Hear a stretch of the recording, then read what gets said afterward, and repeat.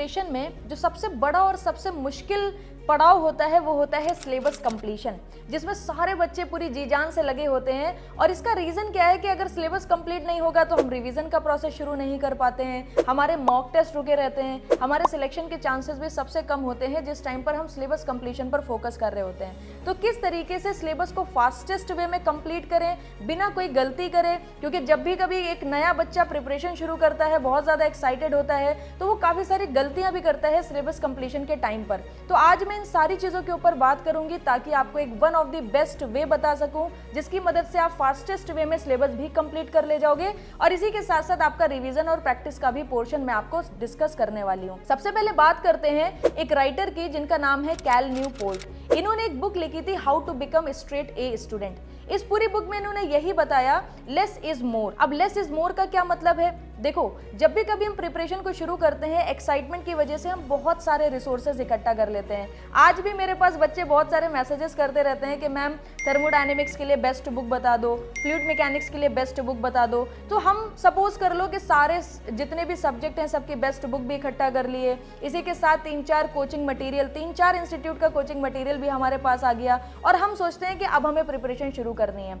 जबकि जो first level होता है ना, जब आप प्रेशर के साथ डील करने वाले होते हो, जब आप प्रेशर महसूस करते हो कि भाई बहुत ज्यादा प्रेशराइज्ड हूं मैं, इस प्रिपरेशन के चक्कर में मुझे कुछ समझ नहीं आ रहा है, यही सबसे पहला स्टेप होता है जब आप बहुत सारा मटेरियल रिसोर्सेज अपनी प्रिपरेशन में ऐड करते हो। तो आपको क्या करना है? लेस इज मोर वाले फंडे को फॉलो करना है। सब कम से कम मटेरियल को यूज करो। देखो, मटेरियल सिर्फ आपके पास वही होना चाहिए जो एकदम क्वालिटी कंटेंट आपको दे, इजी हो आपके लिए समझने में और आप सारी चीजों को उससे कवर कर पाओ। That's it. अब इसके लिए आपको बहुत सारे रिसोर्सेज को फॉलो करने की जरूरत नहीं है। अगर आप प्रिपरेशन कर रहे हो, आप सब्जेक्ट कंप्लीट कर रहे हो, तो सबसे पहले आप अपने रिसोर्सेज को रिड्यूस करो, क्योंकि साइंस भी कहती है कि भाई एक साल में हम 5000 से ज्यादा पेजेस नहीं पढ़ सकते। अगर आप बुक्स को फॉलो करोगे, in every book there is 1000 pages, ठीक है। और आप जिस एग्जाम की प्रिपरेशन कर रहे हो, in this particular examination more than 15 subjects are there, मतलब टेक्निकल और नॉन टेक्निकल को अगर आप मिला लोगे तो 15 सब्जेक्ट के आसपास सब्जेक्ट होंगे।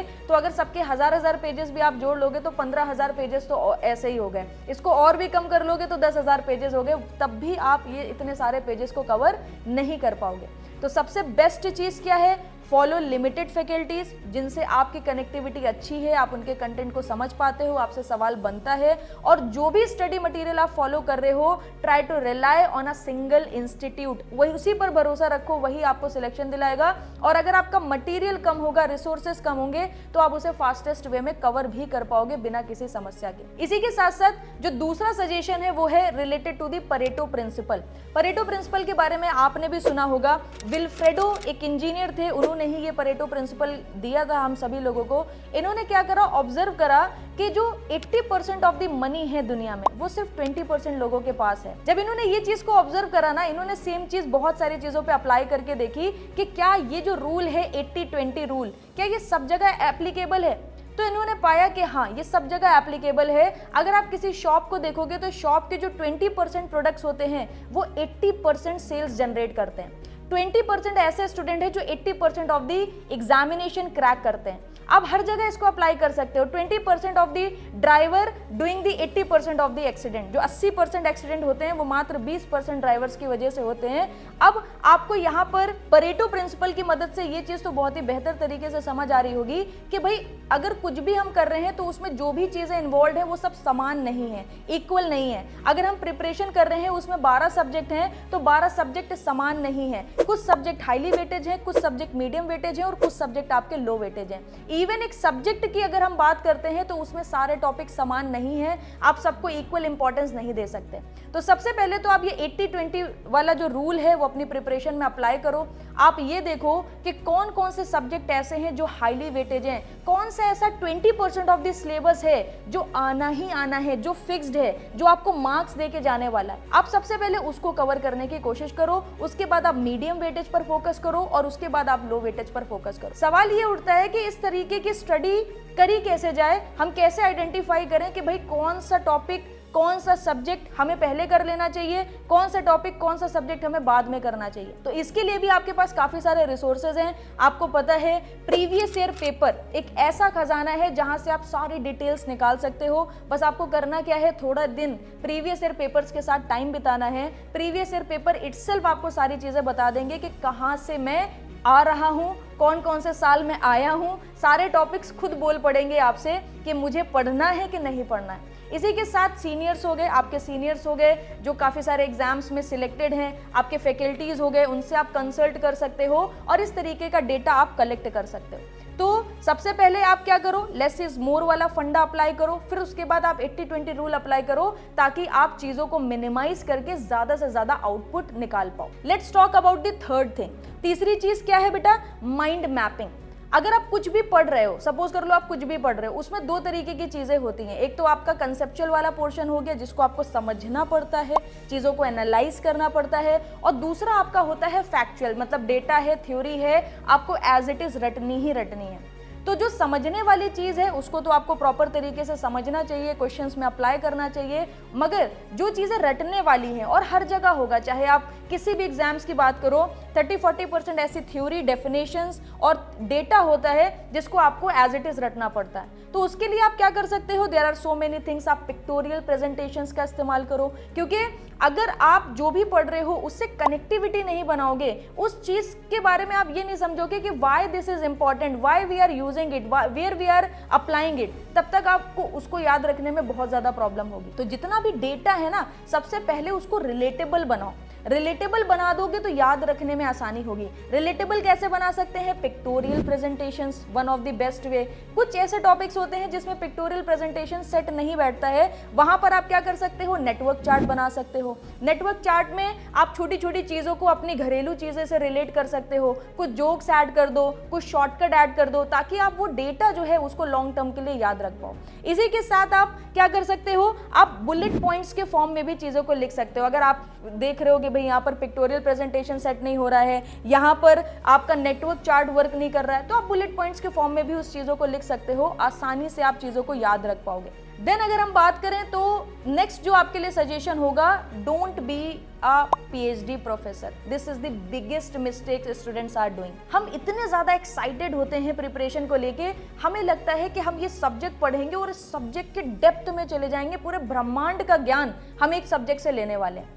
तो जैसे ही वो सब्जेक्ट शुरू होता है, हमारे मन में सवाल आने लगते हैं, ये सब्जेक्ट किसने बनाया है, ये कब आया, ये टॉपिक क्यों आया, ये जिस भी इंजीनियर ने, जिस भी साइंटिस्ट ने किसी भी चीज़ की इन्वेंशन करा है तो वो क्यों करा, ठीक है ना। हम बहुत ज़्यादा डिटेल में जाने की कोशिश करते हैं जबकि इसकी रिक्वायरमेंट नहीं है। आपको यही इमोशन कंट्रोल करना पड़ेगा। मैं एक स्टोरी बताती हूँ छोटी सी। मेरे एक फ्रेंड थे, मेरे साथ गेट की प्रिपरेशन कर रहे थे, ठीक है। उनका भी सेम लाइक मेंटल स्टेट थी कि भाई मुझे पढ़ना है और मुझे हर एक चीज़ प्रैक्टिकली सीखनी है।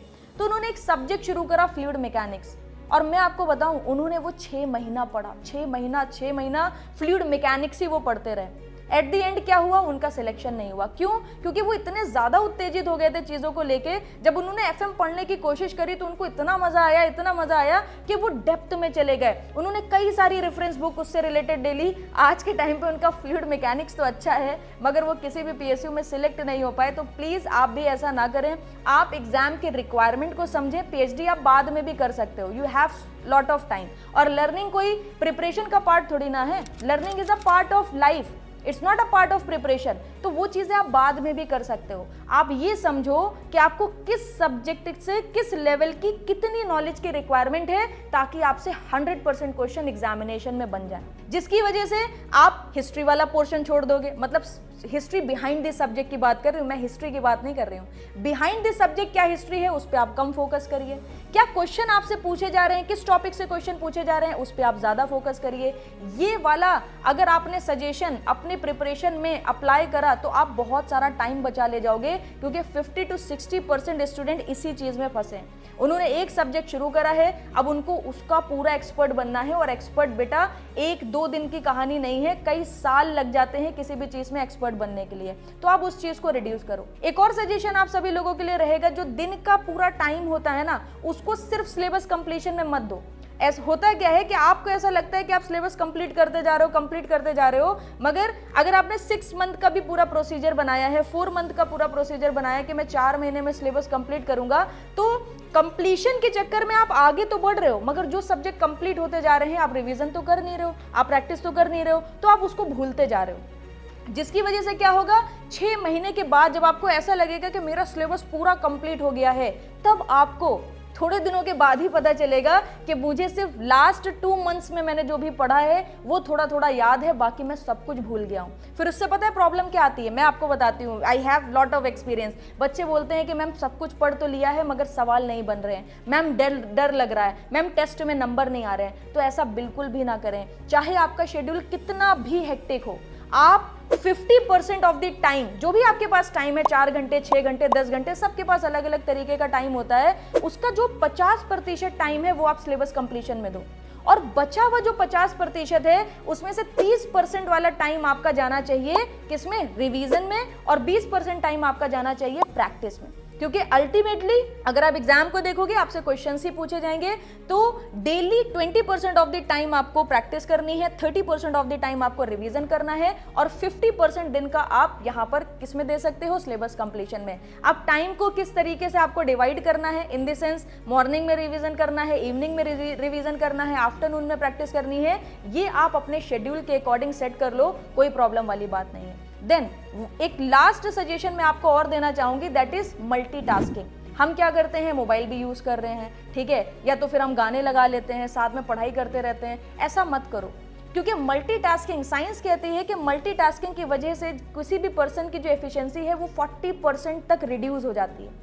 तो अगर आप सारी चीजों को साइड में रख के, जब आप पढ़ाई कर रहे हो तो सिर्फ पढ़ाई कर रहे हो, जब आप किसी से बातें कर रहे हो तो सिर्फ बातें कर रहे हो, अगर आप गाने सुन रहे हो तो सिर्फ गाने सुन रहे हो, जब आप इस तरीके से चीजों को करोगे तो आपका माइंड भी काम रहेगा, और आप जो भी काम कर रहे होगे उसमें अपनी one of the best performance देने वाले। तो ये कुछ मैंने आपको टिप्स एंड ट्रिक्स बताई, जिसको आप डेफिनेटली अपनी प्रिपरेशन में फॉलो करिए, और बहुत ही आसान तरीके से आप पूरे सिलेबस को भी कंप्लीट कर पाओगे और बहुत ज्यादा प्रेशर को भी फेस नहीं करोगे, ठीक है। सो होपफुली आपको मेरे सजेशंस अच्छे लगे होंगे। इसके अलावा भी अगर आपका कोई भी क्वेश्चन हो, कोई भी आपको गाइडेंस चाहिए हो, इस वीडियो के कमेंट सेक्शन में लिखना बिल्कुल भी मत भूलना, मैं आपको हेल्प करूंगी, रिप्लाई भी करूंगी। Till then, good bye.